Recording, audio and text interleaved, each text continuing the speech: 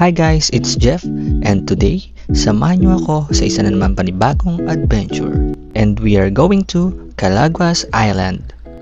Isa ito sa mga hidden gems ng Pilipinas. And in this vlog, papakita ko sa inyo kung paano pumunta, ano ang dapat dalhin, at syempre kung ano ang makikita niyong ganda sa lugar na ito. Ang trip mo ay mga beach, nature, at peace of mind. Stay tuned kasi this one is for you. Ang bag natin. Hello, good morning! Wait lang. Ay, sorry.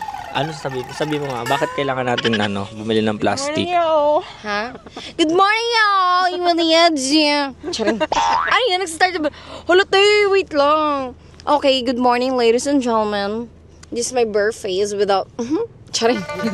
Hi guys. So ayun, medyo ano pa kami. Kasi wala pa kaming tulog. Magyaya sila from Manila. Papunta dito sa Calaguas. Hindi po sila commute. Nasa 12 hours po yung biyahe nila. Ano nga? Yung totoo nga. Parang nagmamagbigay ka ng maling information. Kayo? Almost 10 hours. Kasi yung papunta sa hours kanila, ka. lubak-lubak, tapos traffic. At least alam niyo po. Yes. Yeah! Madumihan lang talaga siya. And Okay ka, guys, madumihan lang talaga siya ha. Ganito siya kadugyot. So, alam niyo na kung ano yung reality. Ito pong mic na to ay alikabok po. No. Hindi po siya talaga nalalaban. Ganyan siya kadugyot. Kahit labahan po siya. 5 years na po ito sa kanya. 5 years na hindi nalalabahan. So ayun po, going back, bali 10 hours po yung biyahe nila from here. Manila from here. Or di the private car na yun. Oh yeah. Tagal, no? Private. Private car po yung gamit nila. And also, so ako po, from Calawag to Calaguas is how much? Ay, ano? Hindi isa 10 hours na yung dala. Sige. Okay, wala lang. Ako. Sinabi ko lang, maganda siya. Mga 2 to 3 po siya dito. So, ayun lang. Pag private car. If ever po siguro magbabas kayo is mas mahaba pa yung oras na kakainin nyo. Okay? So, the time is 6:49, okay? So, hello guys. Ay, putang ina mo. Hello guys, mag-ano muna kami. Kailangan namin mag-sunscreen. So, ito yung gamit. Ay, kanino to, Bes?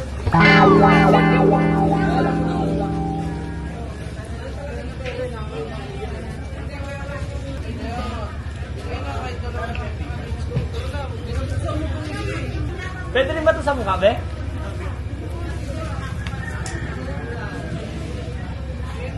Lagyan mo nga ako, Sir Jude, niya sa'yo. Be, oh, thank you, Bes.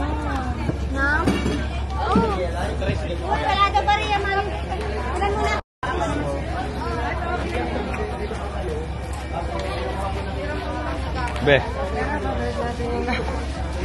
Okay ka naman. Wala, ang dami kong sunscreen.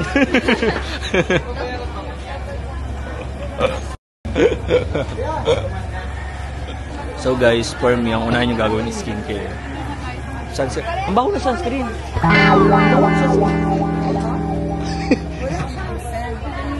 Ba't ganun? Kumukha ko yung mabaho. Update namin kayo mamaya, okay? So ayun, if you haven't subscribed to my YouTube channel, please subscribe to my YouTube channel and click the bell button below para updated kayo every time may bago kaming upload, okay? Kasi bottom siya. Hindi pa ako bottom.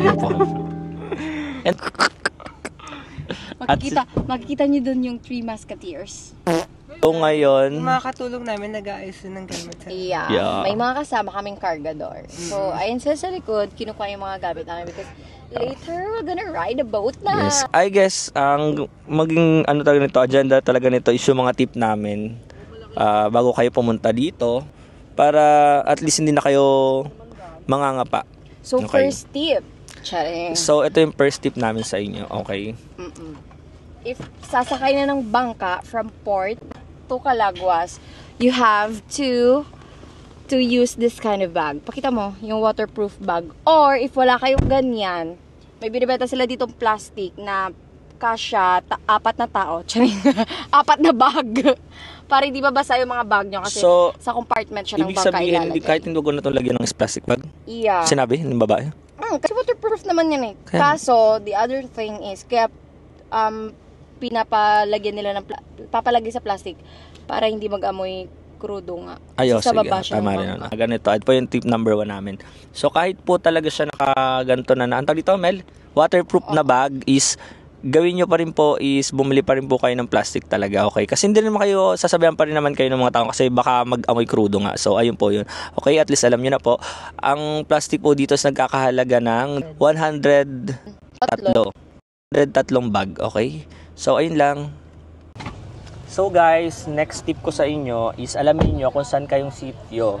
Kasi, guys, yung second tip namin sa inyo, alamin nyo kung Reminder lang guys, bago kayo pumiyahe papuntang Calaguas, make sure alam nyo kung saang part kayo susunduin para isakay ng bangka. May mga iba't ibang port kasi sa Binzon's area na magkakalapit lang. Pero mahalagang tama ang iyong location para iwas delay sa mga biyahe. Whether naka-private kayo or commute, mas okay ng planado kaysa maghanap pa kayo in last minute. Third tip na namin agad, guys, is bago kayo lumabas ng sasakyan nyo or nasa sasakyan pa lang kayo, maglagay na kayo maraming sunscreen. Kasi ang init, talagang tutok sa inyo yung araw, promise. Kung ayaw nyong sobrang mangitim. Okay? Yun lang guys, and see you later.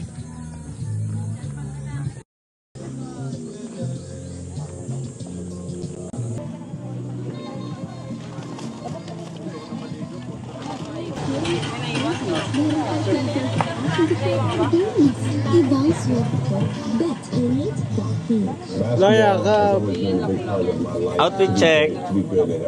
Dapat may red mark yung pinaka-print. Kadiri yung kuko niya. Dala niyo yung mga tumbler niyo, mga bakla kasi bigat nito. Ay, kala ko si Mel. Sasakay na po kami ng bangka. Kung saan po nagtatagpo ang dagat at ilog. Pwede tayo mag-boat. Ay, dun na tayo sasakay sa kulay. Sayaw ka. Ayoko na. Sayaw ka. Makikita nyo, next na kami. Ito, bali shampoo kami. Ayan. So, dito po is bawal po mag-inarkit. Ayusin mo naman. Ay, video din. Aray ko! Pakyo ka naman, pakyo. Picture mo kami. Let's go!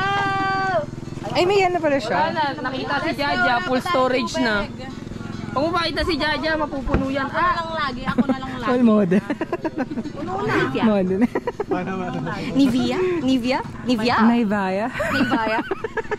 Nivea? Subdan.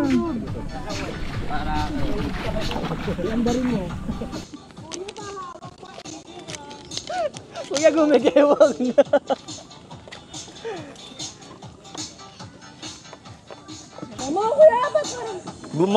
More kuya. Hawakan mo kung tagilid sa ano. Patagilid yan. Hawakan mo patagilid yan. Sige kuya, huwag nyo po intindihin yung mga babae dyan. Perfect. Ay pa, para ano? So yung guys, umaarte-arte siya kasi dami niyang dalang gamit. Tapos magla-light vest pa siya. Dave, palit tayo, Dave. Wala si Dave. Bakit? Anong problem? Hindi, ayoko na naman. Gusto mo tayo sa ano? Kaya pili tayo sa pa. Why? Uy, tarantado, pinapulikat ka.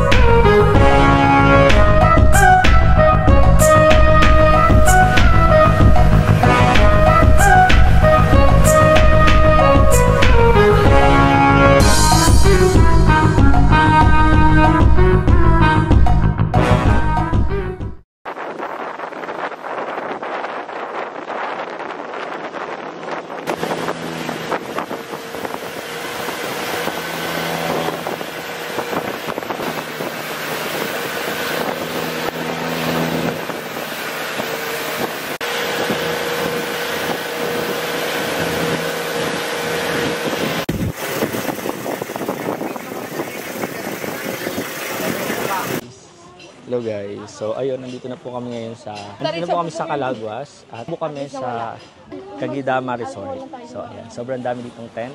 If nakikita nyo. Ayan. What to expect upon arrival?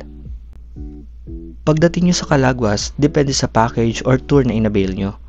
May mga chances kasi nakasama na ang tent rental for free. So sa amin, pinahiram na lang kami ng 5 tent. Good for 2 person each, kaya sulit na kung wala kang sariling dala.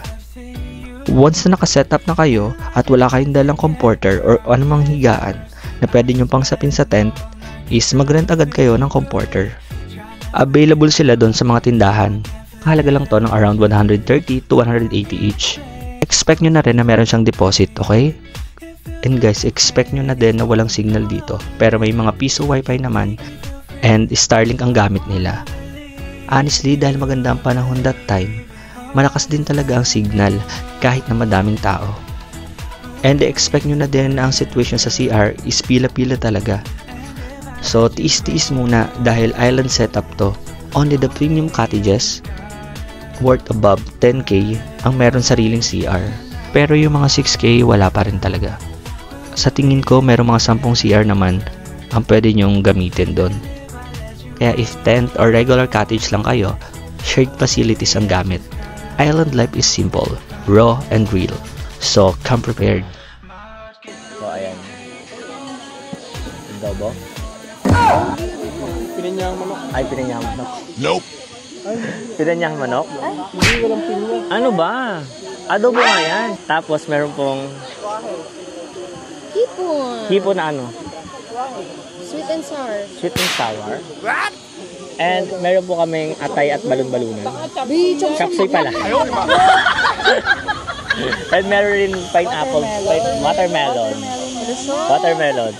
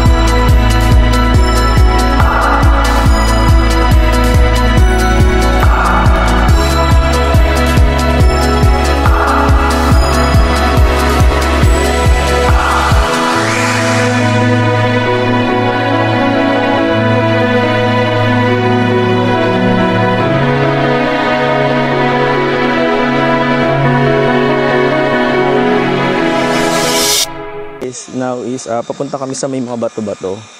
Pupunta kami doon ngayon para mag-picture kasi feeling ko doon kasi suitable yung mga outfit namin.